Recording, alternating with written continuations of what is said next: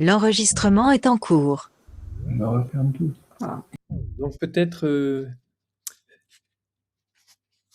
Ah, je vois que Francis et Elena sont partis.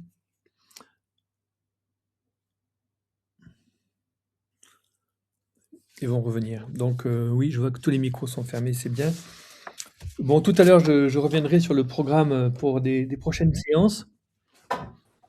Mais je commence alors. Donc, pour cette séance sur du cycle, donc je rappelle, il y a 2 cycles. Il y a un cycle qui est sur Légende Marveille, l'histoire de la maison, siècle après siècle, raconté par Jean. Et puis il y a un deuxième cycle sur la transmission dans tous ses états, qui commence par 2 exposés que je fais, mais qu'après va se poursuivre avec des exposés très divers sur des thèmes très divers. Donc, vous avez reçu le programme. N'hésitez pas à le redemander si vous ne l'avez pas. Donc, la fois dernière, moi, en parlant de la transmission de ce qu'on peut ou pas transmettre, j'avais tenté de frayer un chemin entre un excès de transmission, d'un côté, un abus de mémoire, si vous voulez, de patrimonialisation. Et on avait essayé de jouer Nietzsche contre Hegel. Hegel, dont on pourrait dire qu'il propose une grande recollection qui voudrait tout sauver, une sorte d'immense musée, si vous voulez. Et de l'autre côté, un défaut de transmission, un abus de l'amnésie, de l'idée de rupture et des traditions, de remodelage du passé. Et ici, j'avais plutôt cité Milan Kundera et Hannah Arendt, surtout, contre le totalitarisme qui, lui, cherche à refaire à zéro un homme nouveau sur une table rase. Bon. En fait, les deux versants, j'avais un peu suggéré, sont complémentaires, mais même complices. Et je concluais en disant que le philosophe Paul Ricoeur, avec qui j'ai beaucoup travaillé, m'avait appris à tenir la ligne de crête entre ces deux vertiges, à la fois à me déplacer pour assumer une sorte de fidélité critique et créatrice à des héritages divers, de diverses traditions, mais aussi l'idée que nous interprétons notre existence à partir des traces laissées par les existences qui nous précèdent. Et il écrivait, Ricoeur, nous survenons en quelque sorte au beau milieu d'une conversation qui est déjà commencée et dans laquelle nous essayons de nous orienter afin de pouvoir à notre tour y apporter notre contribution. Donc pour rentrer dans cette conversation et pour rencontrer un autre que soi, il continue à citer Ricoeur, il disait « il faut avoir un soi ». Ce qu'il veut dire par là, c'est qu'il faut accepter modestement une certaine étroitesse de naissance, de milieu de départ, d'époque aussi. On est né à une certaine génération, et donc accepter d'être parmi d'autres, situés notamment entre des prédécesseurs et des successeurs. Alors aujourd'hui, justement, on va tourner autour de 2 œuvres majeures à propos du phénomène des générations. Nous irons de Karl Mannheim, où sont mes livres? Je vous les avais déjà montrés, je crois. Karl Mannheim et à Tim Ingold. Avant un retour, je ferai Mannheim, Ingold et de nouveau retour à Mannheim. J'ai trois petits moments. Et donc, il s'agit d'une approche sociologique et anthropologique. Mannheim est plutôt sociologue, Tim Ingold, on va le voir, est plutôt un anthropologue, de notre condition sociale, politique, culturelle, d'être des êtres qui se succèdent, mais dont les générations se chevauchent et cohabitent un certain temps. C'est ça, à Marveille, il y a des générations qui ont cohabité. Bon. Et la condition humaine, c'est justement non pas une succession tranchée, mais une cohabitation des générations. Alors, premier mouvement, Karl Mannheim et la suite des générations. D'abord, je dirais 2 mots sur Karl Mannheim. Il est né en 1893, il est mort en 1947. C'est un philosophe et un sociologue donc allemand d'origine hongroise, juive, qui a écrit un fameux livre sur idéologie et utopie, et un autre qui nous intéresse ici, Le problème des générations, en 1928. Vous voyez, donc pratiquement il y a un siècle, où il décrit le phénomène de la génération. Et dès les premières pages de son livre, il introduit des scénarios on pourrait dire, de biologie fiction ou de sociologie fiction, en évoquant d'abord David Hume, puis Auguste Comte. Et alors, je voudrais partager mon écran pour vous montrer quelques bouts de texte quand même, parce que je pense que c'est utile pour pour notre affaire. Attendez, c'est pas ça. Voilà. Je ne sais pas, est-ce que vous voyez le texte là apparaître?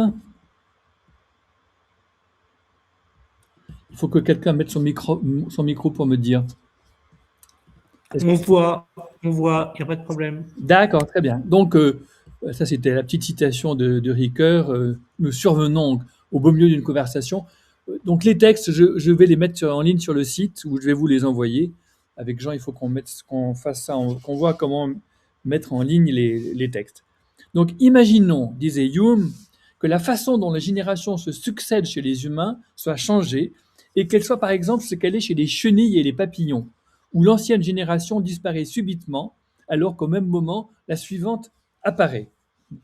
Euh, dans cette hypothèse, il n'y aurait pas de coexistence avec les prédécesseurs. Et quels seraient les effets sur les sociétés, sur la culture humaine? Eh bien, la conséquence, c'est qu'il n'y aurait pas de continuité sociale et culturelle et politique. Par exemple, il n'y aurait pas de tradition parce qu'il n'y a pas de continuité dans la succession des générations. Chaque génération devrait complètement réinitialiser son pacte, son contrat social, politique, culturel, sur une table rase. Bon. Et on voit bien donc l'importance de la forme de la génération sur la forme de nos sociétés. Mannheim évoque ensuite l'hypothèse d'Auguste Comte, qui est le texte numéro 3. Imaginons que la durée de vie moyenne de l'individu s'allonge ou se réduise. La vitesse, le rythme du progrès change alors avec elle. Une augmentation de la durée de vie des individus ralentirait le rythme du progrès. Une diminution de moitié ou d'un quart de la durée actuelle l'accélérerait proportionnellement. Ça, c'est le point de vue d'Auguste Comte. Donc, c'est vraiment très mécanique. On a une sorte de clé démographique, presque quantitative, des évolutions sociologiques ou historiques à partir du rythme qui dépend donc du rapport entre les forces conservatrices et les forces réformatrices. Et ça dépend justement de la vieillesse, du rapport entre la vieillesse et la jeunesse, avec l'idée que la vieillesse est forcément conservatrice et que la jeunesse est forcément transformatrice. Bon, ce qui est un peu naïf. Mais vous voyez, c'est des questions qu'on peut se poser pour nous aujourd'hui aussi, au sens où qu'est-ce que c'est qu'une culture dans une société dont la moyenne d'âge a beaucoup vieilli? Ça change certainement les conditions de la culture. Bon. Et puis au cœur du livre, Karl Mannheim récapitule en une demi-page ce qu'il appelle les données de base de la génération, des phénomènes de la génération, mais il l'introduit là encore par une troisième fiction pour cerner le noyau du phénomène, et il dit il faudrait se demander à quoi ressemblerait la vie sociale des hommes si une génération vivait éternellement, si elle n'était jamais remplacée par une autre génération, par la suivante. Et donc s'il n'y avait pas de succession des générations comme la nôtre. L'approche nouvelle de la vie, apportée par les changements de situation de classe, de ce qu'on appelle la mobilité sociale, ça pourrait rester, bien sûr, mais il n'y aurait plus, dit-il, ce renouvellement bien plus radical qu'est l'arrivée de nouveau-nés, avec l'étroitesse des points de vue qui, du coup, seraient immobilisés, et donc rien ne viendrait la déranger, et on s'enfermerait dans une sorte de partialité fatale. Bon. Et donc, cette contre-image, c'est le texte numéro 4, cette contre-image utopique fait apparaître que le renouvellement des hommes compense tout simplement dans notre vie sociale l'étroitesse de toute conscience individuelle. J'insiste sur ce mot étroitesse qui est vraiment très fréquent chez Karl Mannheim et qui est très intéressant. Donc l'idée là, c'est que pour compenser l'absence de la succession des générations, il faudrait imaginer que des hommes utopiques qui aient une sorte de conscience très très large, et pas étroite, une sorte de conscience totale utopique, bon, et qui puissent vivre tout ce qui peut être vécu, savoir tout ce qui peut être su. Et il écrit aussi, paradoxalement, qu'une espèce qui vivrait éternellement, pour pouvoir continuer à apprendre, devrait apprendre à oublier pour compenser le manque de nouvelles générations. Et finalement, on a ce texte numéro 5, une génération utopique unique ignorerait la nécessité de la transmission. L'essentiel dans toute transmission, c'est que la nouvelle génération grandisse immergée dans les comportements, les sentiments et les attitudes héritées. Avant de sortir de son milieu, on commence par grandir dedans. Donc toutes ces fictions, toutes ces variations imaginatives nous aident, parmi les possibles, à cerner qu'est-ce qui se passe réellement.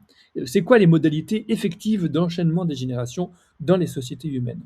Alors les données de base des phénomènes de génération qu'il décrit, il y en a 4. C'est 1, l'apparition incessante de nouveaux agents. 2, la disparition continuelle des anciens agents. 3, c'est le fait que les agents ne participent qu'à une séquence limitée de la suite des générations, personne n'est immortel, bon. Et donc, il y a besoin de transmettre. Et enfin, 4, c'est que les générations successives se chevauchent. En fait, il n'y a pas une génération, puis elle disparaît, puis une autre génération qui apparaît. Il y a un chevauchement des générations. Alors, on arrive, toutes ces données, on les retrouve à peu près dans le livre écrit un siècle plus tard de Tim Ingold, Le passé à venir, repenser l'idée de génération. C'est donc un livre. Alors, Tim Ingold, je vous le présente rapidement. Attendez, je vais peut-être arrêter ce partage d'écran là parce que il n'y a pas besoin de. En ce moment, il n'y a pas besoin. Comment est-ce que je fais arrêter le partage d'écran? Ça y est, j'ai arrêté le partage d'écran là. Je ne sais pas si c'est très utile, mais parce que je vais rouvrir l'écran tout à l'heure. Donc le second mouvement, mon second mouvement, c'est ça, c'est Tim Ingold, le passé à venir, repenser l'idée de génération. Merci. Donc l'idée alors Tim Ingold, c'est un anthropologue britannique. Il est né en 1948. Vous voyez, bon, c'est quelqu'un de tout jeune, à peine un peu plus âgé que moi. Il est proche de Bruno Latour, qui est mort malheureusement il y a 2 ans, je crois. Il est proche de Philippe Descola, l'anthropologue, et avec qui il a publié un ouvrage. Et il a proposé une très importante, une fameuse histoire des lignes en 2011. Dans l'histoire de l'humanité, l'importance des lignes, bon, des tracés, ça. Et donc en 2023, il publie le livre qui nous intéresse, traduit là en 2025, Le passé à venir. L'idée majeure de ce livre, c'est qu'il importe de faire de la place non seulement à la différence, mais aussi à l'interdépendance et au tissage mutuel des générations, trop souvent occultées par la terrible ségrégation des générations qui sévit aujourd'hui. Qui est aussi intense et sans doute et aussi effrayante en fait que la terrible ségrégation des sexes au XIXe siècle. Je remarque au passage sur le mot tissage, c'est un mot qui est ancien, on parle de tissu social, ça, mais c'est très ancien. Déjà Platon, dans son dialogue Le Politique, terminait son dialogue par le paradigme, le modèle du politique, du roi, on va dire, comme du gouvernement, comme tisserand, le politique comme tisserand qui s'efforce l'œuvre essentielle du politique, c'est le mariage, c'est de marier les différentes lignées, mais aussi du coup de tisser les filiations. Alors dans sa préface, Tim Ingold, non, je vais remettre le partage d'écran parce que j'ai besoin de vous montrer. Attendez, je n'y suis pas, tout l'écran.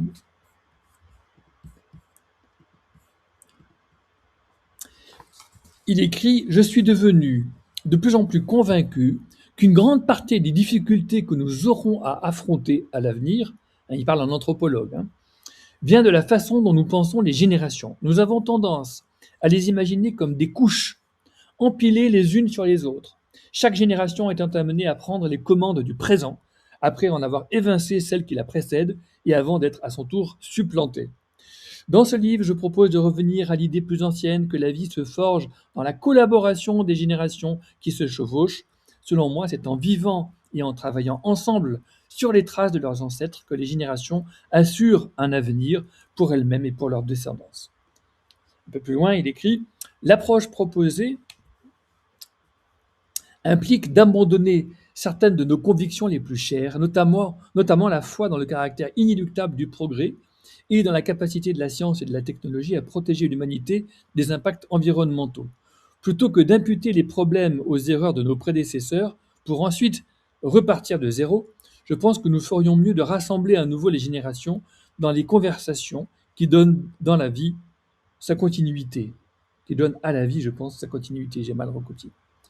Et puis, troisième texte de la préface, c'est une image qui est l'image même fondamentale, matrice du livre. Il dit « Pour former une corde, vous devez entortiller des brins d'herbe préalablement alignés sur leur longueur pour former des torons, que vous enroulez, il y a une faute d'orthographe, que vous enroulez à leur tour les uns autour des autres en sens inverse. La solidité de la corde vient de l'opposition entre les deux torsions des torons devant être inverses à celle de leur enroulement. Ce sont ces forces opposées, associées à la friction sur la longueur des brins d'herbe, constituant les taurons, qui permettent à la corde de ne pas s'effilocher et lui donnent sa capacité de résistance à la traction. Bien évidemment, les brins d'herbe ont une longueur finie, mais en introduisant des nouveaux brins d'herbe dans l'enroulement, la corde elle-même peut se poursuivre indéfiniment. Voilà, là c'est l'image des générations qu'il propose. Et donc, Tim Ingold oppose cette figure de la corde et du tressage des générations à l'idée que les générations se succèdent en s'empilant comme des assiettes, si vous voulez. Ainsi, on a eu les baby boomers, 45-65, bon, la génération X, 65-80, les milléniaux, 80-96, la génération Z, 96-2012, la génération alpha, enfin tout ce que vous voulez, bon, etc. Et dans cette figure, on voit le privilège donné à l'idée, vous voyez, c'est des assiettes, et privilège donné à l'idée de coupure, de rupture des générations, et qui permet de remplacer chaque fois l'ancien par le nouveau. D'où ce que Tim Ingold appelle la génération maintenant et son présentisme. On lit le texte ensemble. Les générations sont comme des tranches coupées au travers du processus de la vie. Chacune représente une cohorte d'humains partageant une expérience commune d'une époque et dont la formation est complètement établie dès le début. La marche de ces cohortes ne se caractérise pas par la continuité, mais par des remplacements en série. Chaque génération entre en scène à son tour pour, après avoir joui de sa part de lumière, se retrouver recouverte par celle qui lui succède et sombrer dans le passé. La génération se poursuit tandis que les générations s'empilent, étage par étage, couche par couche, pour former une pile. Il y a toute une figure d'ailleurs de la généalogie, même les arbres généalogiques sont des lignes qui relient des points et non pas des espèces de... Enfin, lui, il propose une sorte de serpent, je ne sais pas comment dire, plutôt une sorte de corde avec des brins qui sortent et qui rentrent dans la corde. Dans le cas de la pile, chaque génération remplace la précédente. Avec la corde, les jeunes vies chevauchent les anciennes et cohabitent un certain temps avec elles. Et l'idée de filiation, filius, filia, a quelque chose à voir avec ces fils entrelacés. Il écrit encore, étant donné la multitude de fils qui se chevauchent, il est impossible de dire quand une génération touche à sa fin ou quand une autre commence. Dans la métaphore de la pile, chaque génération se trouve confinée dans sa propre couche. Le renouvellement ne vient que par la superposition, l'ajout d'une nouvelle couche à la pile. Ce qui se transmet, ce n'est pas la vie, mais un ensemble de ressources matérielles et d'informations pour la vivre. Alors c'est ça qui est intéressant dans ce texte, c'est que c'est ce qu'il appelle l'héritage, qu'il soit génétique, matériel, fiduciaire, symbolique, culturel, écologique, etc. Ce qui est transmis, l'héritage, c'est ce qui est transmis tout en étant coupé et détaché de la vie, qui est elle-même réduite à un legs, un patrimoine, une archive à conserver, à protéger, à parquer, à préserver pour les générations futures, comme une immense collection qu'on peut d'ailleurs, on va faire des films et après on va regarder les films que l'on fait sur ces êtres qui en quelque sorte que l'on a mis dans des parcs hein, ou dans des réserves. Bon. Et voilà, c'est ça, cette conception un peu touristique, hein, si vous voulez, qu'il critique et que j'avais déjà critiqué la dernière fois en parlant de Hegel, justement. Donc, le besoin sans cesse de remplacer l'ancien par le nouveau prouve que le temps passe et que nous sommes des êtres historiques. Et pour la génération maintenant, je cite le dernier texte, le texte numéro 11, l'appropriation de l'avenir par le présent repose donc sur l'hypothèse fondamentale des erreurs du passé. Cette idée d'un passé pavé d'erreurs constitue une donnée fondamentale de la modernité. Nous savons toujours mieux que ceux du passé. Cela implique inévitablement que les solutions du présent seront à terme considérées comme tout aussi erronées. Chaque génération est ainsi condamnée à vivre dans les ruines de futurs devenus obsolètes que les générations passées ont imaginées. Bon. C'est un livre assez drôle à lire, hein, je ne vous cache pas, parce qu'il est plein de cette ironie. Alors, dans cette succession de remplacements, chaque race apparaît comme une couche destinée à supplanter celle qui l'a précédée et à être supplantée à son tour, on a vu tout à l'heure. Et Darwin, pour citer Darwin par exemple, il écrivait dans un avenir assez proche, les races humaines civilisées auront très certainement exterminé et remplacé les races sauvages dans le monde entier.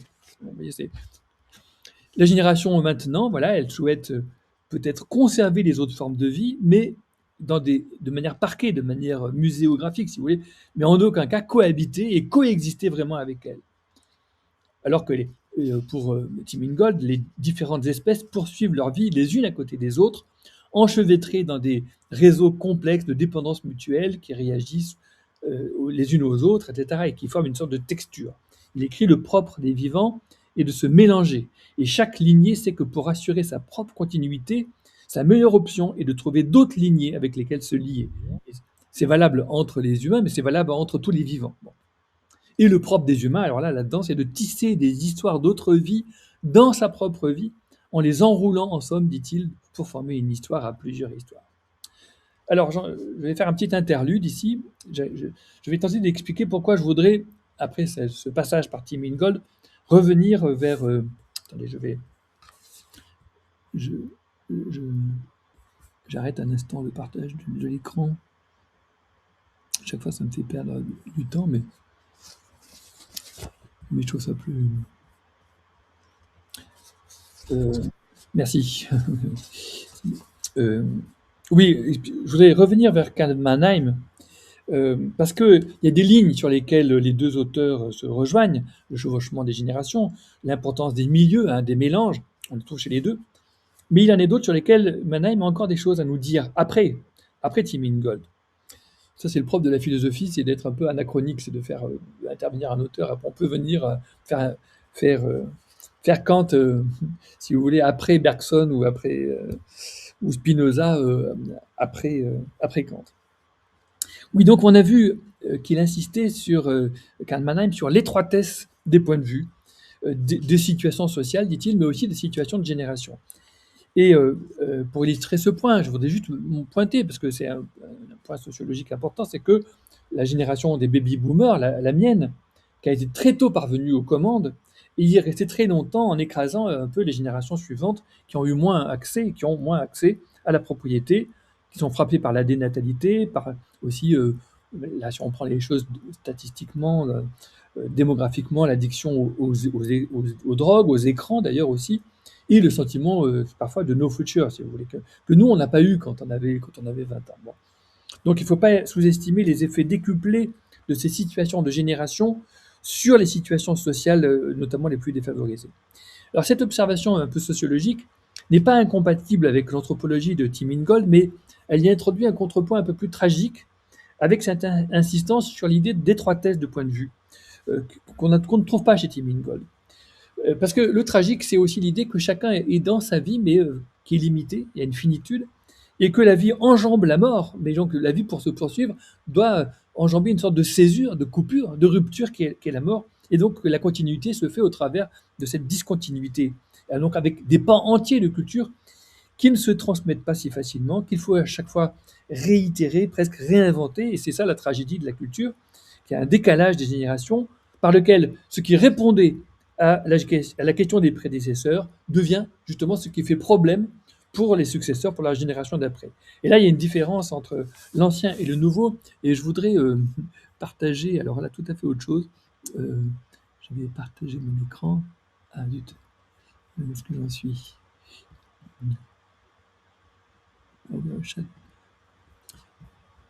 Chaque fois, je perds du temps avec ça. Je vais vous mettre un tout petit épisode des Shadocks, si vous voulez bien. Je ne sais pas si vous connaissez les Shadocks.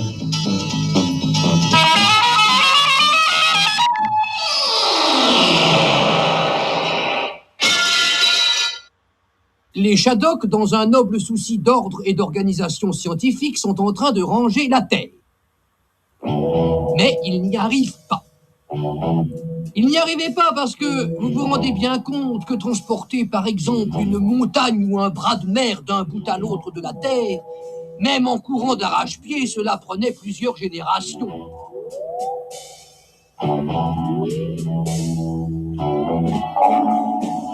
Pour arriver en principe à destination, les déménageurs Shadocks étaient obligés d'emporter avec eux leur œuf.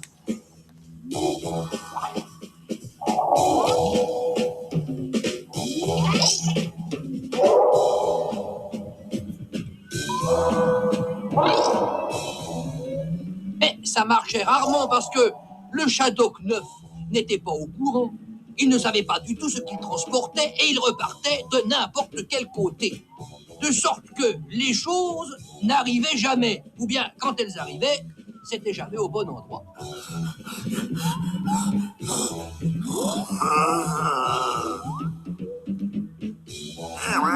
Et cela dura comme ça pendant des ans et des ans. Nous ne nous appesantirons pas plus qu'il n'est décent sur cette lamentable affaire de déménagement. Ce fut l'une des époques les plus pénibles. Bon, j'arrête là. Oui, j'aime beaucoup cet épisode Shadok avec les Shadok qui veulent ranger, mettre les montagnes avec les montagnes, et les mers avec les mers, bref, ranger la terre. Et donc, la génération suivante ne sait pas ce que voulait la génération précédente, et donc ça devient encore plus chaotique. Et donc, je dirais, c'est souvent comme ça que ça se passe dans la suite des générations. Hein. Je parlais du côté tragique ou le côté comique, on pourrait dire.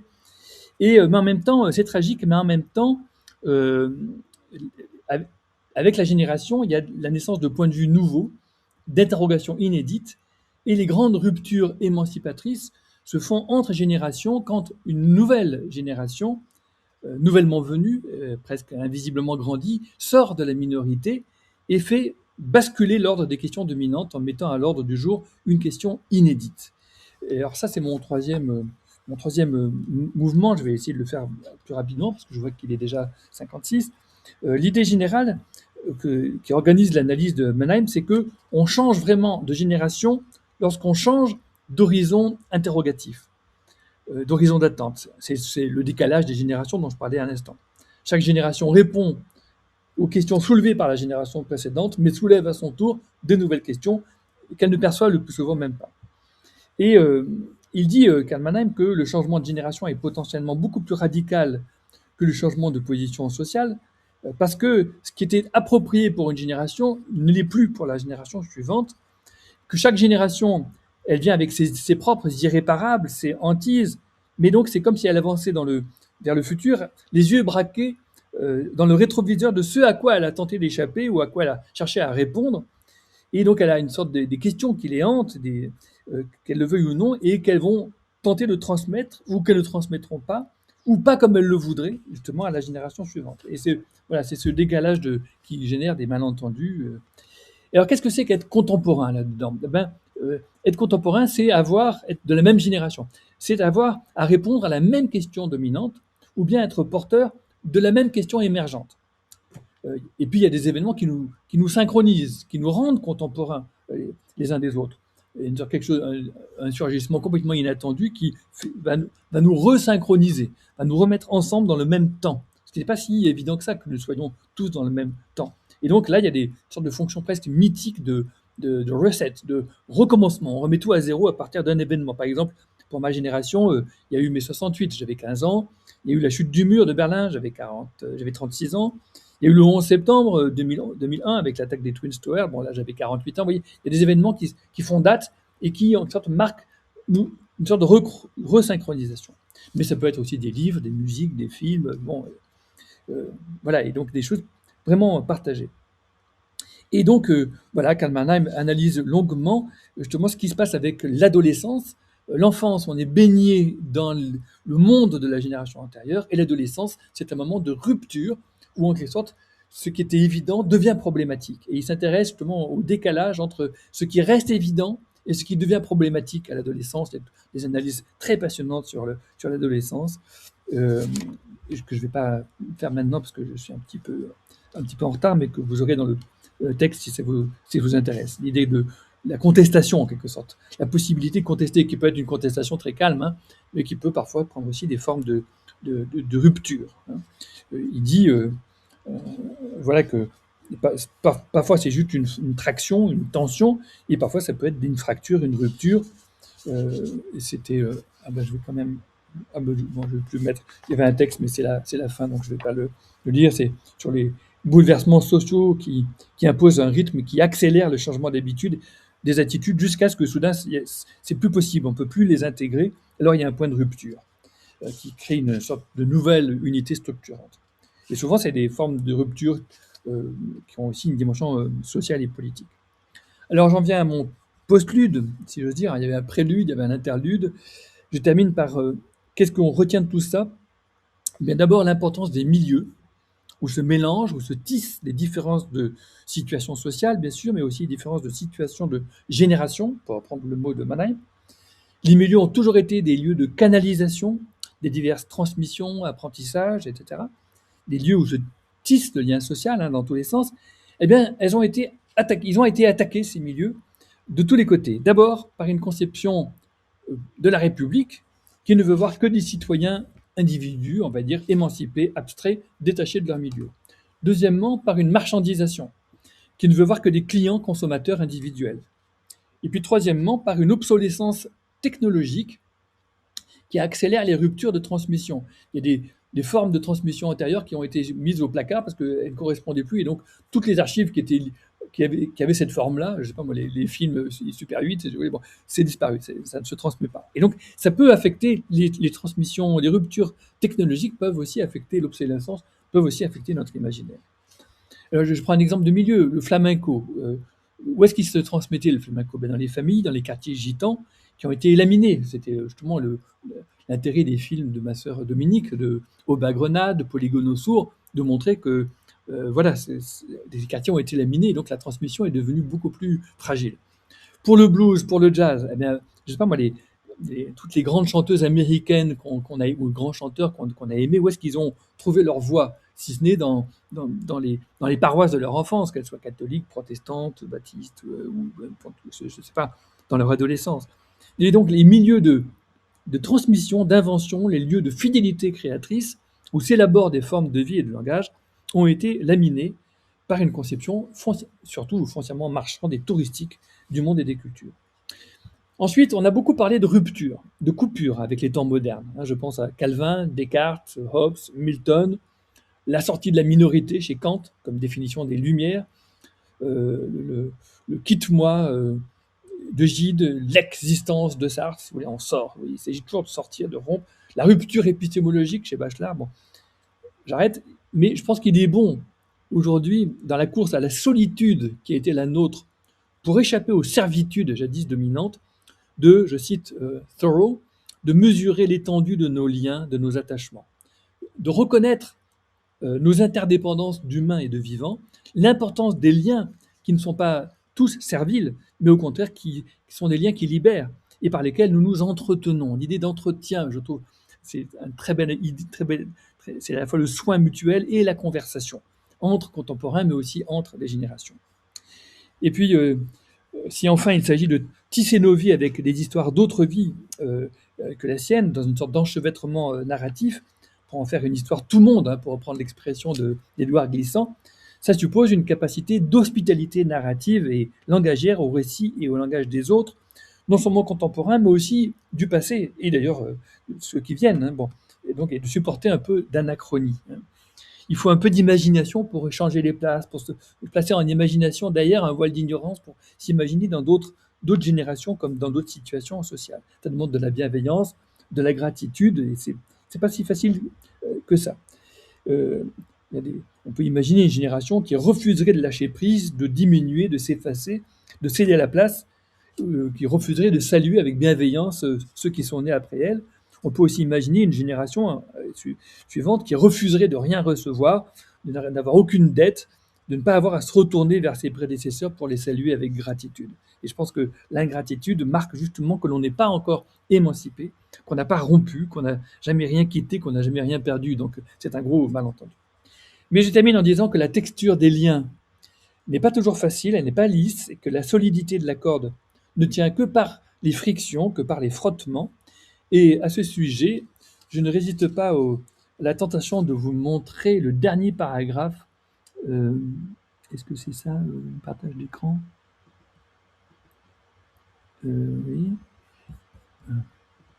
Le dernier paragraphe de mon rapport moral pour l'AG de la SCI Marveille en 2010,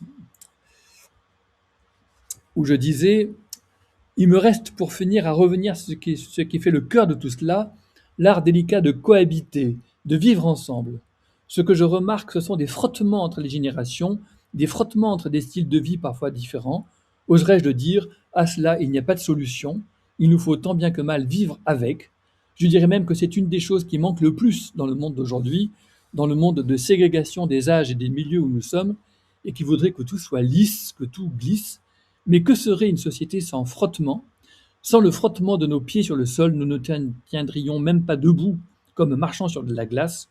Et sans le frottement de nos gestes et de nos conversations, il n'y aurait ni action ni parole. Tel est le mot de mon rapport moral. Vive les frottements. Voilà, j'arrête là-dessus. Et je crois que je vais arrêter l'enregistrement. On avait dit qu'on arrêtait à cet endroit-là.